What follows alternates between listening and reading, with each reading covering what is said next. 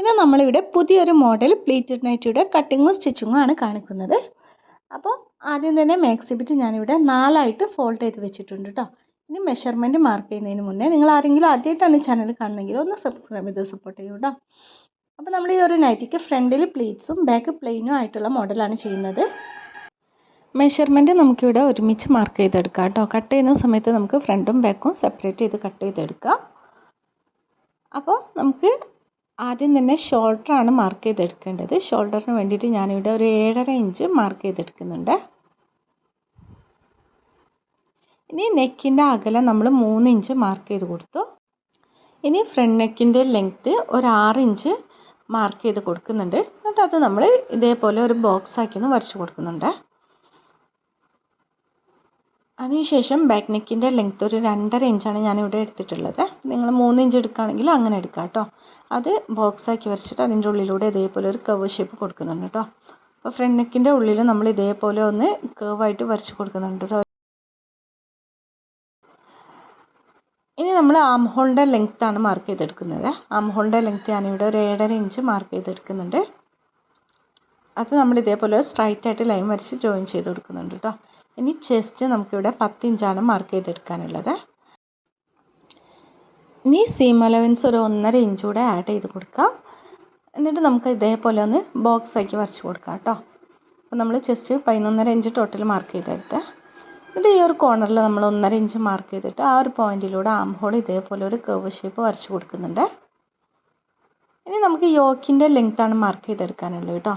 അപ്പോൾ നമ്മൾ ഷോൾഡർ ലെങ്ത്തിൽ നിന്ന് താഴോട്ടേക്ക് ഒരു 11 ഇഞ്ച് ഇതേപോലെ മാർക്ക് ചെയ്തെടുക്കുക. എന്നിട്ട് നമ്മൾ ഈ മാർക്ക് ചെയ്ത് വെച്ച് ഈ ഒരു 11 ഇഞ്ച് ആം ഹോളോ ആയിട്ട് നമുക്കൊന്ന് ജോയിൻ ചെയ്തെടുക്കണം കേട്ടോ. അപ്പോൾ നമ്മൾ ആം ഹോളിൻ്റെ ഈ ഒരു കോൺ ഷേപ്പ് ഉണ്ടല്ലോ, ആ ഒരു ഭാഗത്തേക്കാണ് നമ്മൾ ഈ ഒരു യോക്കിൻ്റെ ലെങ്ത്ത് ജോയിൻ ചെയ്തെടുക്കുന്നത്. അപ്പോൾ ഈ ഒരു ആ ഒരു കോൺ ഭാഗത്ത് കൂടെ നമ്മൾ ഇതേപോലെ ഒരു ലൈൻ വരച്ചിട്ട് യോക്കിൻ്റെ ലെങ്ത്തും ആം ഹോളും തമ്മിലൊന്ന് ജോയിൻ ചെയ്തെടുക്കുന്നുണ്ട് കേട്ടോ. ഇത് നമ്മൾ ആം ഹോളിൻ്റെ ഒരു 7 ഇഞ്ച് ലെങ്ത്തിൽ കേട്ടോ ഈ ഒരു ലൈൻ വരച്ച് കൊടുത്തിട്ടുള്ളത്. അപ്പോൾ ഇത്രയാണ് നമ്മുടെ യോക്കിൻ്റെ മെഷർമെൻറ്റ് വരുന്നത് കേട്ടോ. അപ്പോൾ നമുക്കിതിവിടെ ബാക്ക് സൈഡിൽ നമ്മൾ പ്ലീറ്റ്സ് ഇല്ലാതാണ് സ്റ്റിച്ച് ചെയ്യുന്നത്. അപ്പോൾ അതുകൊണ്ട് തന്നെ നമ്മളിവിടെ ഫ്രണ്ടും ബാക്കും സെപ്പറേറ്റ് ചെയ്തിട്ട് വേണം കട്ട് ചെയ്തെടുക്കാനായിട്ട്. അതിനുശേഷം ബാക്കിയുള്ള മെഷർമെൻറ്റ് നമുക്ക് മാർക്ക് ചെയ്ത് കൊടുക്കാം കേട്ടോ. അപ്പോൾ ഇത് കട്ട് ചെയ്യുന്നതിന് മുന്നേ നമുക്ക് സ്ലീവോടെ ഒന്ന് മാർക്ക് ചെയ്ത് കൊടുക്കാം. അപ്പോൾ സ്ലീവ് ഓപ്പണിന് വേണ്ടി ഞാനിവിടെ ഒരു 7.5 ഇഞ്ച് മാർക്ക് ചെയ്തെടുത്തിട്ടുണ്ട് കേട്ടോ. സ്ലീവിൻ്റെ ലെങ്ത്ത് ഞാനിവിടെ 8 ഇഞ്ചാണ് മാർക്ക് ചെയ്തെടുക്കുന്നത്. എന്നിട്ട് നമ്മൾ ആ ഒരു പോയിന്റിൽ നിന്ന് ഒരു 3.5 ഇഞ്ച് ആം ഹോളിന് വേണ്ടി മാർക്ക് ചെയ്തിട്ട് ഇവിടെ നമ്മൾ ഒരു 9.5 ഇഞ്ച് വിഡ്ത്ത് സ്ലീവിന് വേണ്ടി മാർക്ക് ചെയ്തെടുക്കാം കേട്ടോ. ഇനി ഇതൊന്ന് നമുക്ക് ജോയിൻ ചെയ്ത് കൊടുക്കാവേ. അപ്പോൾ സ്ലീവിൻ്റെ ലെങ്ത്തിൽ നിന്ന് ആം ഹോളിലേക്ക് ഇതേപോലെ ഒന്ന് കർവ് ഷേപ്പ് വരച്ച് കൊടുത്തിട്ട് പിന്നെ നമ്മൾ സ്ലീവ് ഓപ്പണിൽ നിന്നും കൂടെ ഒന്ന് ജോയിൻ ചെയ്ത് കൊടുക്കുന്നുണ്ട് കേട്ടോ. അപ്പോൾ ഇതാണ് നമ്മുടെ സ്ലീവ് വന്നിട്ടുള്ളത്. ഇനി നമുക്ക് ആദ്യം തന്നെ ഒന്ന് സ്ലീവ് കട്ട് ചെയ്തെടുക്കാം കേട്ടോ.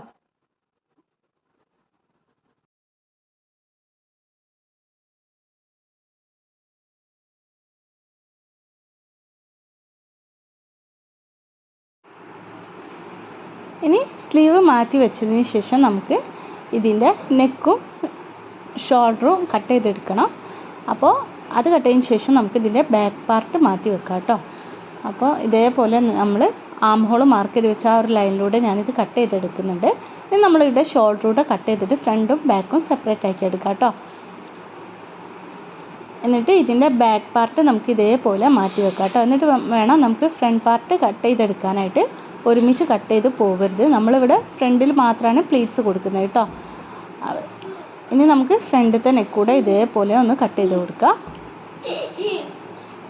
എന്നിട്ട് നമുക്ക് യോക്കിൻ്റെ ഭാഗം കൂടെ ഒന്ന് ഇതേപോലെ കട്ട് ചെയ്തെടുക്കാം കേട്ടോ. നമ്മൾ മാർക്ക് ചെയ്ത് വെച്ച ലൈനിലൂടെ നമുക്ക് യോക്ക് ഇവിടെ കട്ട് ചെയ്തെടുത്തിട്ടുണ്ട്.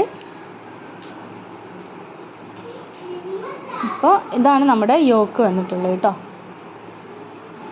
ഇനി നമുക്ക് യോക്കിൻ്റെ സെൻറ്ററിൽ നിന്ന് ഒരു ലൈൻ ഇതേപോലെ ക്രോസായി വരച്ചിട്ട് ഒന്ന് കട്ട് ചെയ്തിട്ട് യോക്കിനെ 2 പാർട്ടാക്കി എടുക്കുക കേട്ടോ.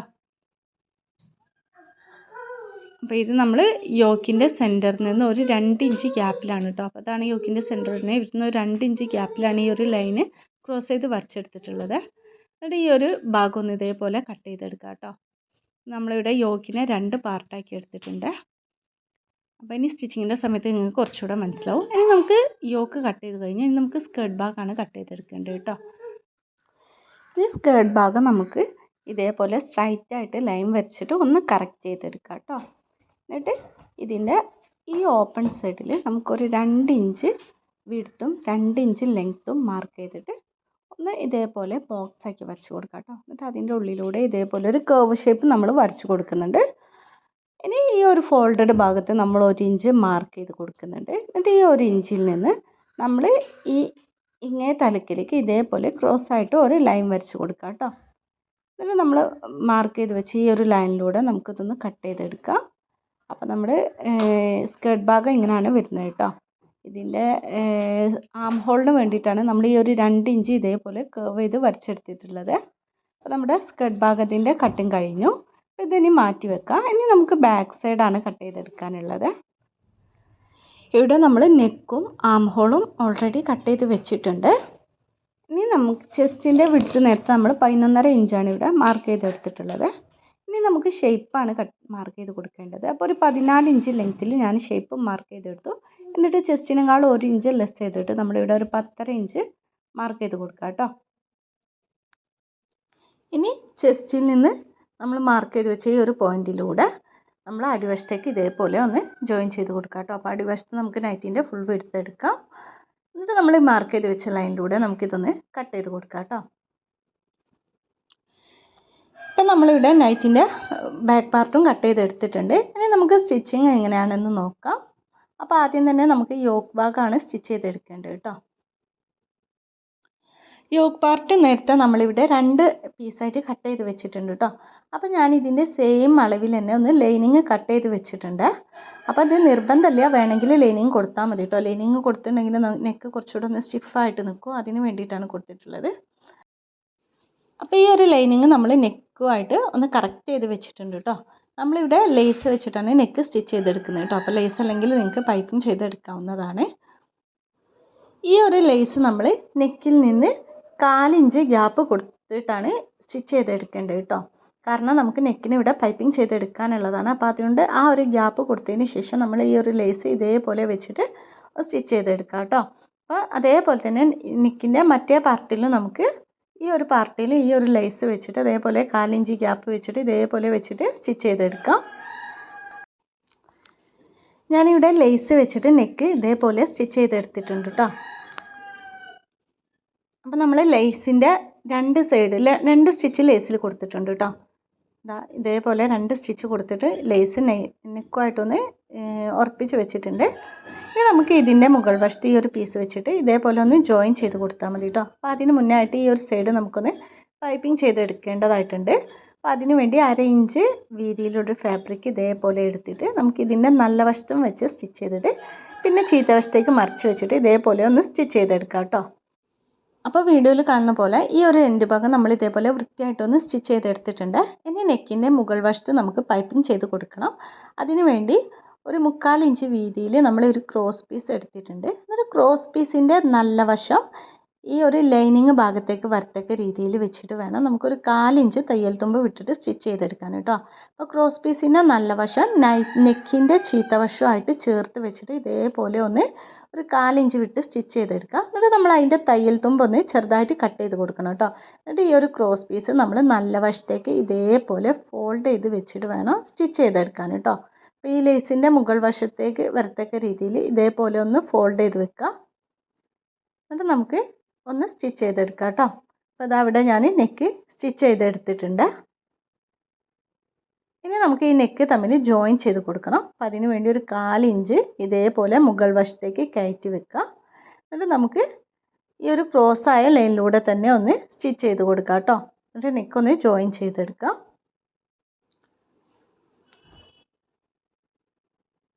ഇപ്പം ഞാനിതവിടെ നെക്ക് സ്റ്റിച്ച് ചെയ്തെടുത്തിട്ടുണ്ട് കേട്ടോ. അപ്പോൾ നെക്കിൻ്റെ സെൻറ്റർ നമ്മൾ ഇതേപോലെ ജോയിൻ ചെയ്തെടുത്തിട്ടുണ്ട്. ഇതാണ് നമ്മുടെ നെക്കിൻ്റെ സ്റ്റിച്ചിങ് വരുന്നത്. ഇനി നമുക്ക് സ്കേർട്ട് ഭാഗമായിട്ട് നെക്കൊന്ന് ജോയിൻ ചെയ്ത് കൊടുക്കണം. അപ്പോൾ നമ്മൾ ഫ്രണ്ടിൽ പ്ലീറ്റ്സ് വെച്ചിട്ടാണ് നേരത്തെ പറഞ്ഞു. അപ്പോൾ നമുക്ക് രണ്ടിൻ്റെയും സെൻറ്റർ ഒന്ന് ഇതേപോലെ മാർക്ക് ചെയ്ത് കൊടുക്കാം കേട്ടോ. നെക്കിൻ്റെ സെൻറ്ററും സ്കേർട്ട് ഭാഗത്തിൻ്റെ സെൻറ്ററും തമ്മിൽ മാർക്ക് ചെയ്തിട്ട് അത് തമ്മിൽ ഒരുമിച്ച് വരത്തക്ക രീതിയിൽ ഇതേപോലെ വെച്ചിട്ട് വേണം പ്ലീറ്റ്സ് കൊടുക്കാനായിട്ട്. അപ്പോൾ നമ്മൾ ഇതേപോലെ നല്ല വശങ്ങൾ തമ്മിൽ ചേർത്ത് വെക്കുക. എന്നിട്ട് ഇതിൻ്റെ ഒരറ്റത്തു നിന്ന് സ്റ്റിച്ച് ചെയ്ത് തുടങ്ങുക കേട്ടോ. ഇതിൻ്റെ സെൻറ്ററിൽ ഒരുമിച്ച് വെച്ചിട്ട് ബാലൻസ് വരുന്ന ഭാഗം നമുക്ക് ഇതേപോലെ കുഞ്ഞു കുഞ്ഞു പ്ലീറ്റ്സ് ആയിട്ട് കൊടുക്കാം കേട്ടോ.